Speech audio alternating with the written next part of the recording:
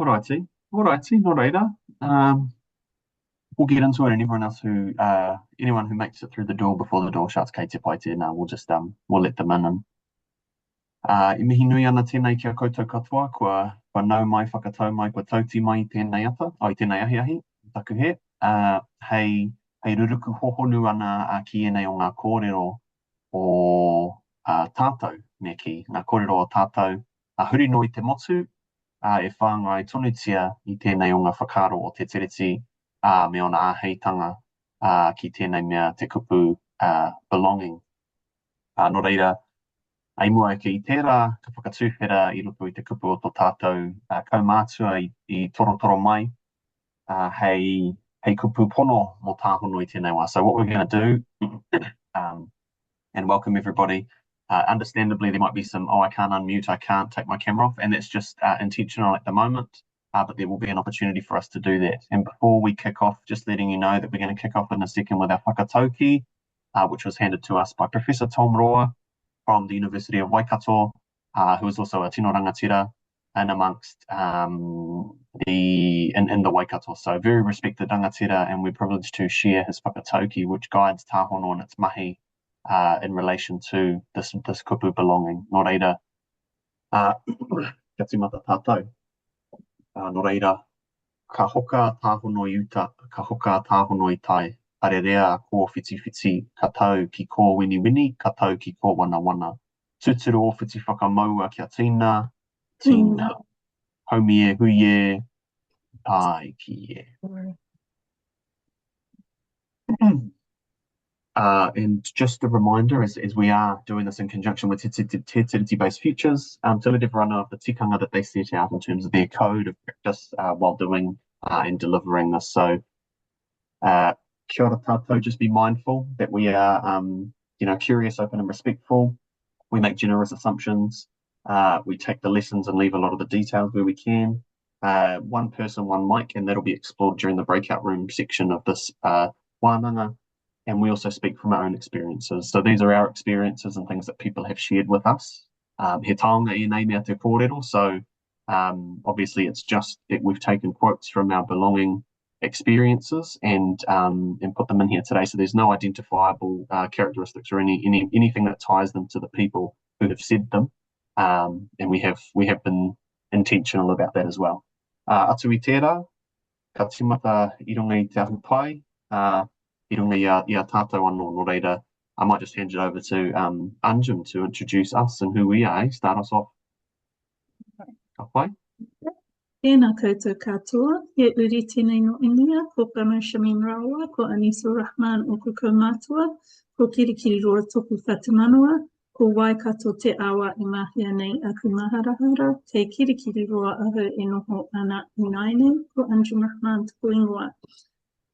So welcome everyone, and thank you so much for joining Atara and myself today. We're really looking forward to spending this time with you. Just a little bit about myself. I'm based in Kirikiriroa, where I have lived for over 50 years. So came here as a child with my parents, and I am still living about 5 minutes away from my parents. So yeah, we're very much feeling our sense of belonging is here in the Waikato.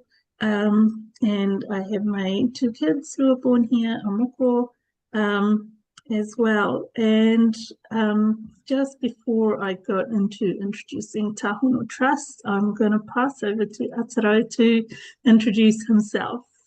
Oh yes, forgive me. Generally, I do that quite first. Nō reira, tēnā koe Anjum, o tira tēnā no tātou.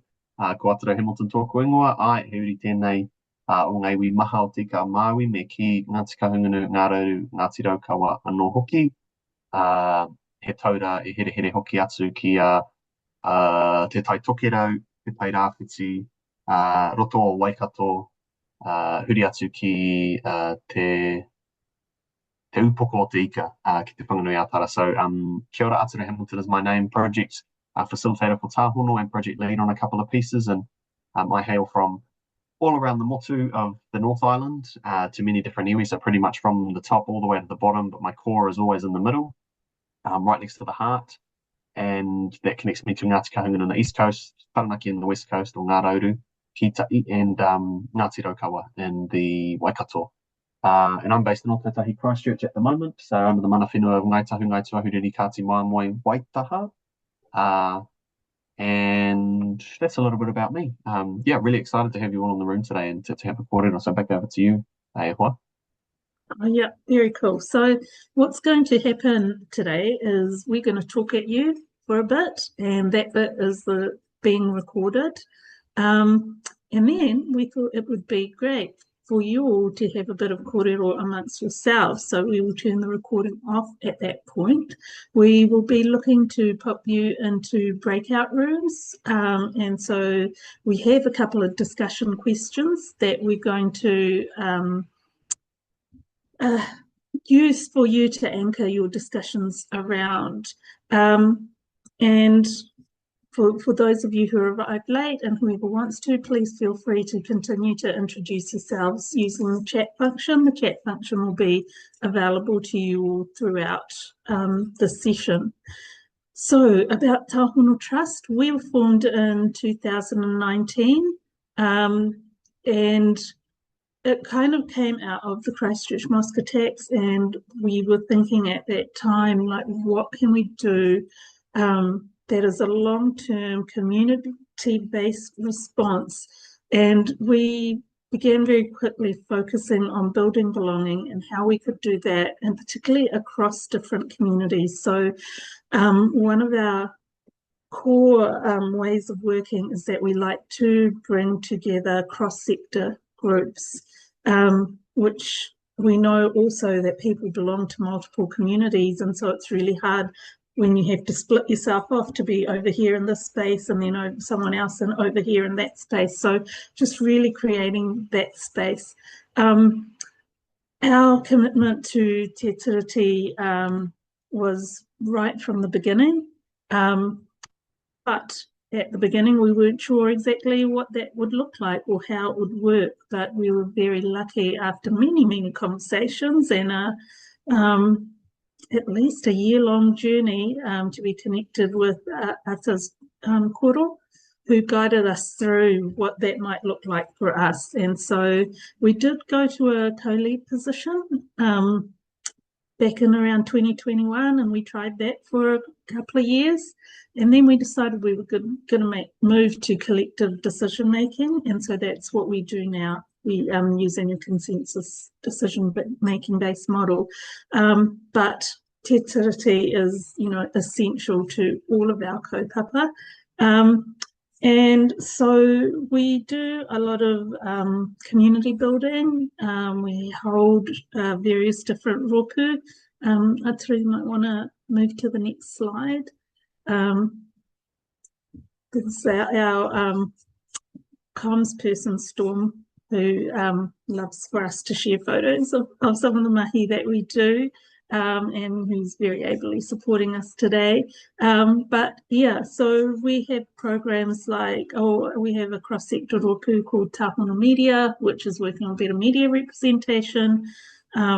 We have rōpū supporting women working on the front lines of systems change. We have a partnership with Amnesty, where we are working on advocating for better regulation of media platforms, and particularly around the way that they're designing their systems. So check out our No Harm We campaign. We'll pop the link in the chat for that. And we've also, in terms like, for example, partnering, I see Katie and Jess are here. We are a partner with their community constellation, as well as we do Te Tiriti training and various other types of training. So I think we can jump to the next slide. And Atara, if you want to talk about our belonging conversations.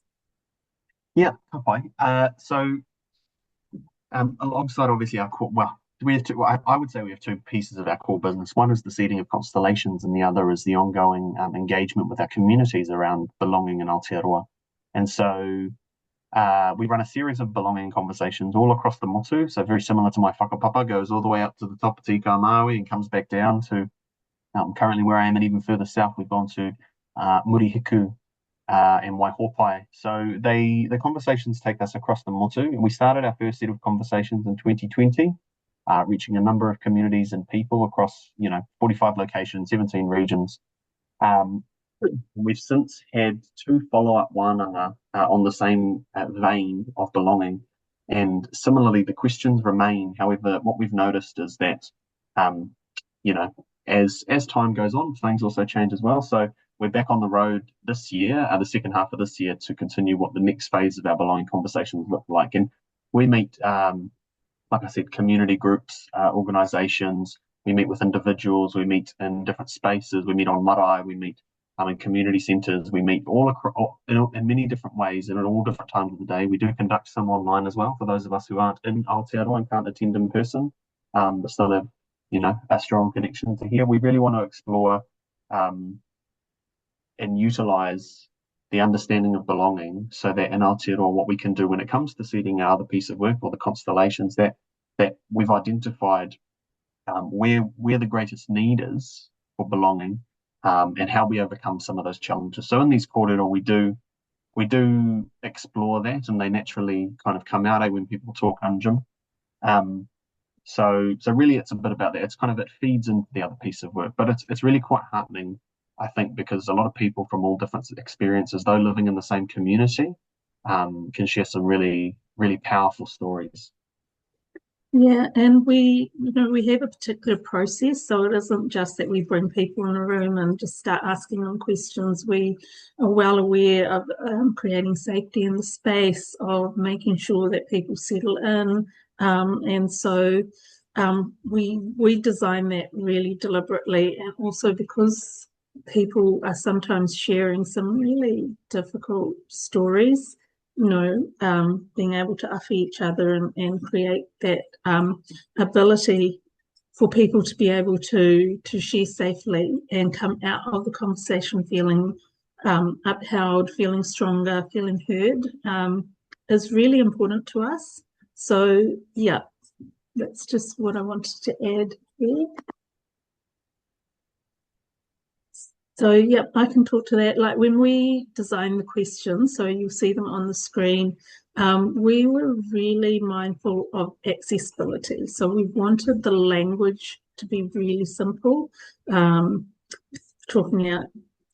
about particular types of disability, people with language issues, people with literacy issues. So how could we have questions that reached into or were relevant to every part of community? And so that's where we settled on belonging and kept to these three questions. But we also thought about power in the room, and having been to any number of government and local government consultations and being talked at and then getting 15-20 minutes at the end to share our views, we were really clear that we wanted the power to sit with the participants in the conversation and not us. So getting out of the way quickly, not out of a 90-minute conversation, not taking more than 10 minutes of that 90 minutes, and letting the conversation flow where participants wanted it to, while just hooking it around these three questions.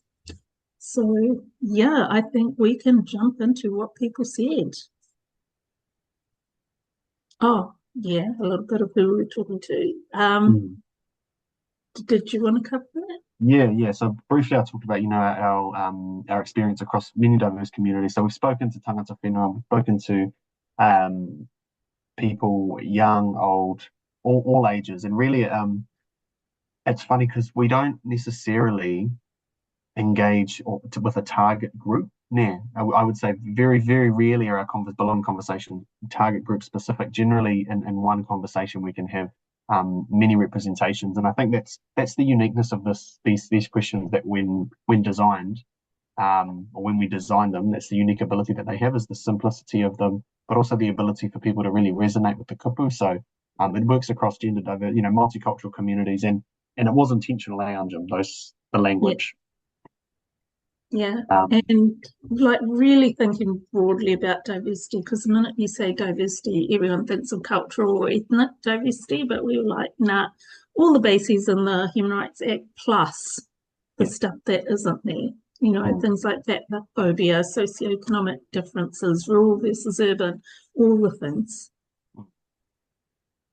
And so a bit of a deep dive, well, a bit of a dive, I won't say a deep dive just yet, but on stories and insights on how, particularly when Te Tiriti or Waitangi comes up in conversation, how that builds belonging for people or how they aspire, answering that third question, how they aspire Te Tiriti or Waitangi's influence on belonging for them here in Aotearoa. Uh, so the way that we formatted this, and it's probably important to address this now, is we formatted it essentially to address the particular articles of Te Tiriti. And so just so we can understand the nature and I guess landscape across those different articles, because as we know, they often come into question when it comes to mainstream engagement, but actually for us it's about recognizing the difference and change across the different articles. Here we a native wahine tuatahi. Here's the first part, and it's just really answering or looking at kāwanatanga and constitutional transformation. Um, Yeah, yeah, so I was going to take this one, being as I'm on that side of the Te Tiriti relationship and the Crown represents me. Am I allowed to say not very well? No, I didn't say that. I didn't. Um, but, like, as I said, we asked those 4 questions, but it was interesting that Te Tiriti came up a lot. So unprompted, like people wanted to talk about that in terms of their belonging here. And so one of the areas when people were talking about Te Tiriti that came up a lot was constitutional transformation. And there is, as you can see with one of the comments, reference to the Mātiki Mai report that was worked on by Matua Moana Jackson and Professor Margaret Mutu, and they, went around, talked to around 6,000 people. It was done under Poutikanga of the National Iwi Chairs Forum. And so I think people really recognised, and I think increasingly more and more people are recognising that our political systems and the way that they're designed and an adversarial system and fair representation is not working well within the systems that we've got. And we certainly got an improvement when we moved to MMP, but fundamentally MMP is still working within that structural framework of the Westminster system. And so, people talking about decentralisation of government, and I think, one of the things that is really important and critical around Mātiki Mai is the values base that underpins how our constitutional arrangements should work, and moving to sort of a more collaborative rather than a, combative mode of making decisions. But it was interesting. And these conversations, we have de-identified them. And so we just want to let you know this, both Māori and Pākehā talking about this. And so we're not telling you which ones who spoke were Māori and which ones were not. Sometimes you can tell within the context of the quote, but that is what it is. But so what I'm saying is that it was this was quite across the board that people were interested in this. And the way that we've used these belonging conversations is to inform our work. So one of the pieces of work that we're doing, and I'll just hand over to you, Ataro, for a moment, is our Mātiki Mai book club. mm, yeah, which is an opportunity for people who are either curious or who want to expand, well, not expand necessarily, who are curious and who want to explore what Mātiki Mai could mean for them and their communities. So we run basically over a 6-month-ish period, depending on where it falls. Obviously, key dates like Waitangi Day and Matariki kind of fall at opposite ends of that. So the deep intention to acknowledge those, but really to explore Mātiki Mai in easily digestible sections, and the ability to wānanga with with either like-minded people or people who are also interested on that same journey. And so we've had two cohorts thus far who have completed it, and we're just exploring again how the seeding of the constellation can look from that. But we're also looking at hosting a third roko, and really it's just understanding exactly what Anjum said, the values that are instilled in Matike Mai, and they believe can be for any constitution to succeed in Aotearoa. Those are core. We also talk about the vision, the constitutional vision for Aotearoa that was done in a lot of those engagements. We spend time looking at the different models within Matike Mai, and discussing particular frameworks that could apply and what that might look like or what that might mean. And the conversations, as you can imagine, towards the end of the report become quite robust.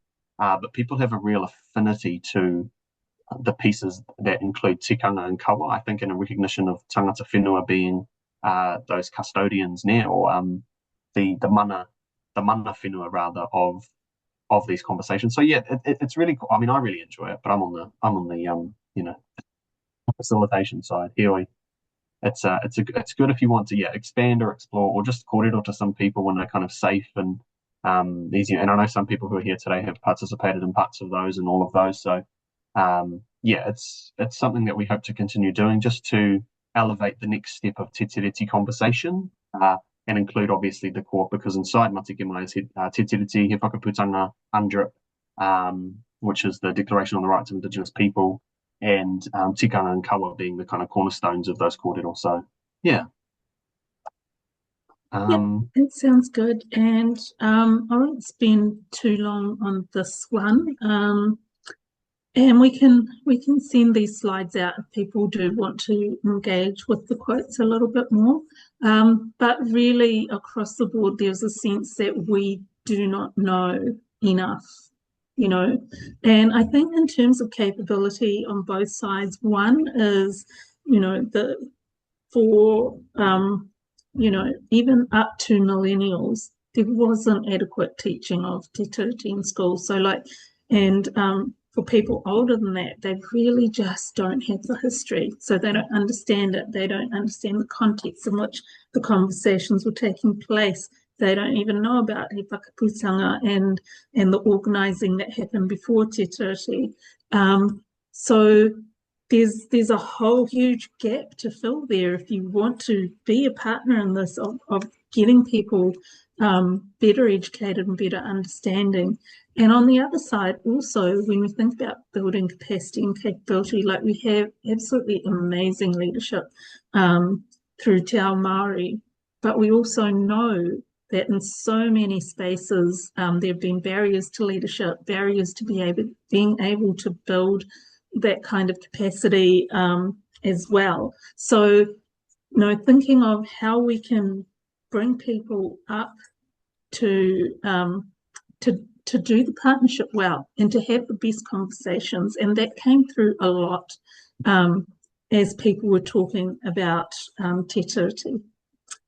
So, I'll pass it back to you today. Yeah, kia ora, Anjum. And the other thing I would add to that is, many people, I think, and just basing it off, we had a bit of Ari from Tāhono and I presented on Saturday to talk about our organisational journey with Te Tiriti and some hapa, some flaws, and it's without naming, some of the challenges that we're facing, it can be quite hard to move forward.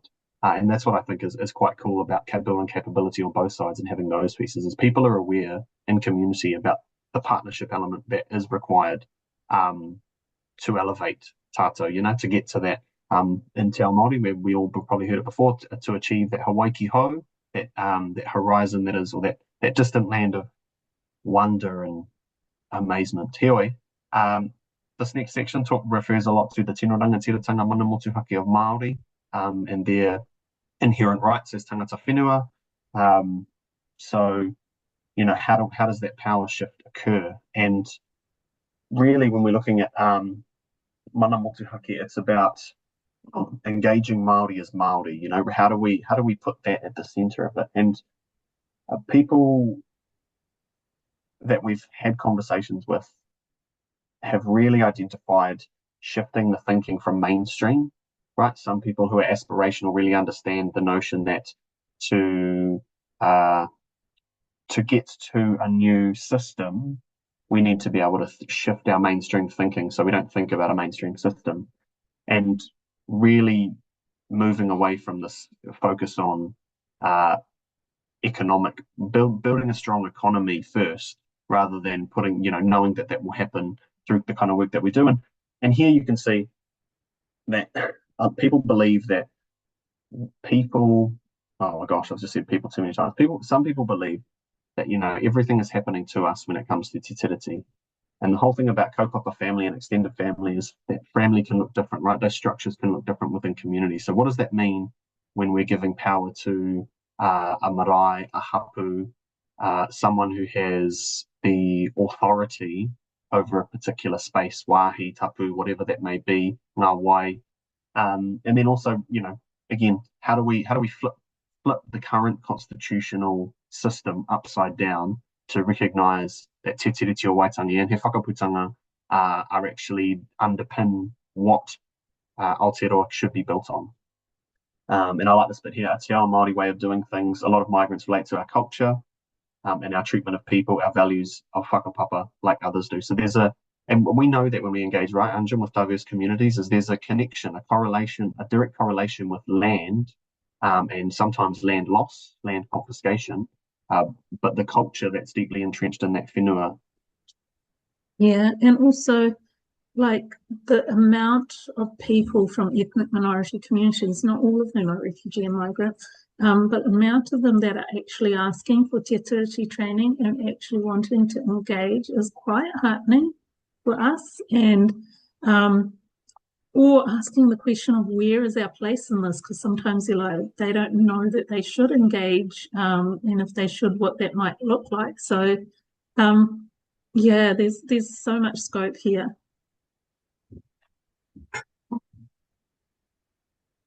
And I think, the recognition of trying to play in these, a lot of the kōrero relates to, or that first one anyway, relates to the kōrero, trying to fit this very much square peg into a round hole. We have systems that we're trying to build and instill tikanga, and even to this day, we're still having the conversation because Aotearoa as a whole doesn't quite understand the relationship that tikanga has in the law. So if Māori do well, the country will do well. The old adage that says that what's good for Māori is good for everyone, though we were challenged on the weekend by saying actually, what did they say? Oh, i mahunga waio i auririana. Sorry, I was about to, and that just slipped my tongue. But essentially that what's good for Māori will build a foundation that's good for everyone.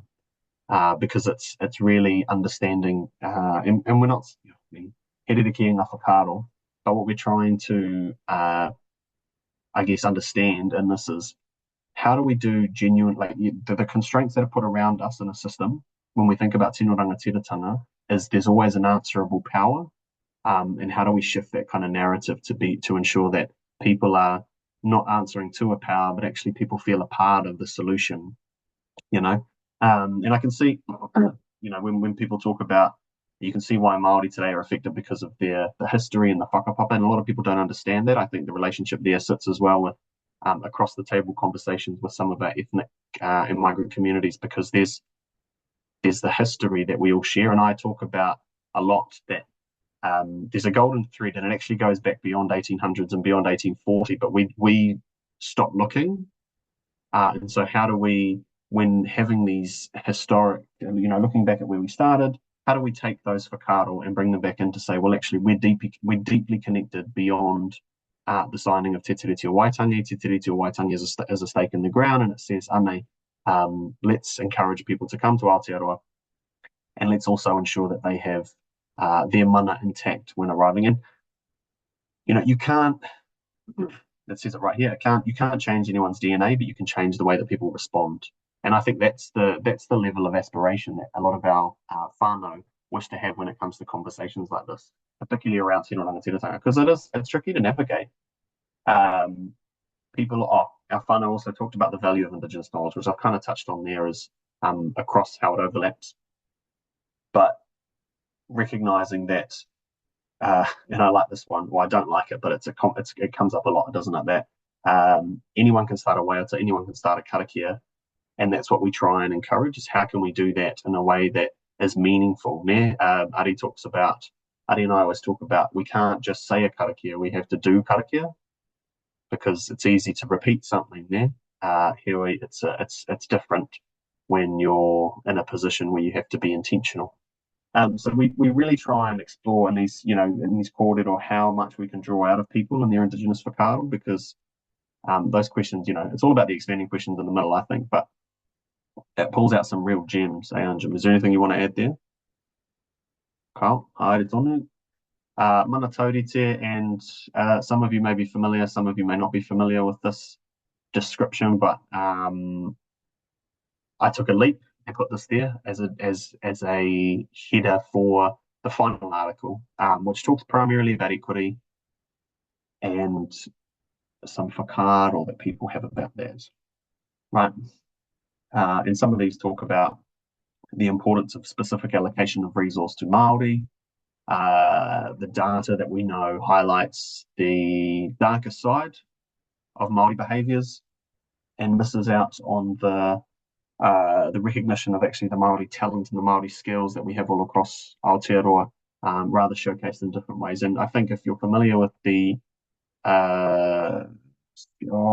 skills to work, here Māori grew in terms of their invisible skill. I'll get the link and I'll pop it in the chat. Anjum?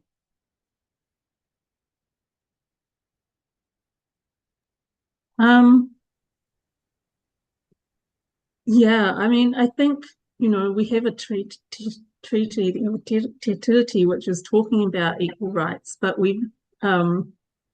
they never happened, right? So, and so it's quite frustrating to then have kōrero about, oh, well, one rule for all, and we need to be treated equally, but we're not. So I think it's that,